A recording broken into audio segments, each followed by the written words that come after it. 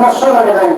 কাবা ঘরকে আল্লাহ তাআলা সর্বপ্রথম ফেরেশতাদেরকে দিয়ে নির্মাণ করেছেন। এরপর কাবা ঘরের 2 নাম্বার আছে দ্বিতীয়বার কাবা ঘর নির্মাণ করেছেন আদম আলাইহিস সালামকে দিয়ে। আমাদের বাবা আদম আলাইহিস সালামকে দিয়ে আল্লাহ তাআলা দ্বিতীয়বার কাবা ঘর পুনরায় নির্মাণ করেছেন। এরপর তৃতীয়বার কাবা ঘর নির্মাণ করেছেন হযরত শীশ আলাইহিস সালাম। আর শীশ আলাইহিস সালাম হলেন আদম আলাইহিস সালামের ছেলে। আদম আলাইহিস সালামের এক ছেলের নাম ছিলেন শীশ আলাইহিস সালাম, তিনিও নবী ছিলেন। এরপর চতুর্থবার হযরত নূহ আলাইহিস সালামের মহাপ্লাবনের সময়, নূহ আলাইহিস সালামের সময় যখন বন্যা হয়েছিল, ওই বন্যার সময় কাবা ঘরের কিছু অংশ ভেঙে গিয়েছিল। এরপর আল্লাহ তাআলা ইব্রাহিম আলাইহিস সালাম, আমাদের জাতির পিতা ইব্রাহিম আলাইহিস সালামকে দিয়ে আল্লাহ তাআলা কাবা ঘর চতুর্থবার নির্মাণ করেছেন। সুবহানাল্লাহ।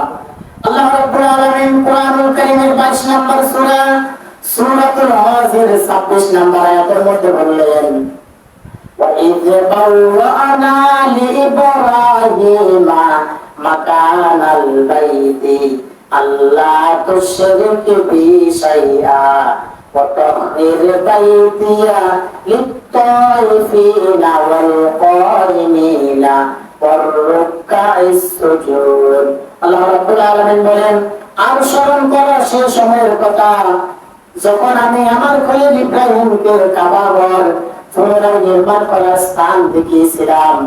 আমি তাকে বলেছিলাম, তুমি আমার ঘর কাবা নির্মাণ করো।